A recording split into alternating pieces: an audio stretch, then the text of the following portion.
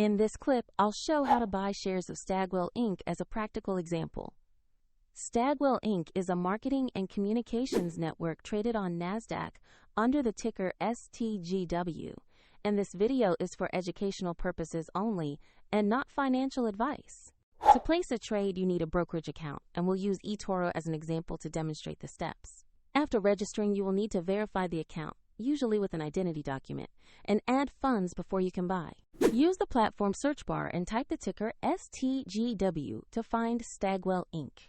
Confirm the search result matches the NASDAQ listing before opening the stock page.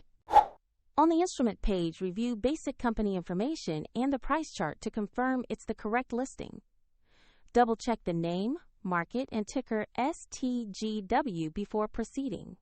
To place an order, click Invest. Enter the amount you want to commit, review the details, and then confirm the purchase. If the market is closed, the order may execute when it reopens, and if your balance is insufficient, the platform will prompt you to add funds before confirmation. After the trade, the position will appear in your portfolio with shares and cost details.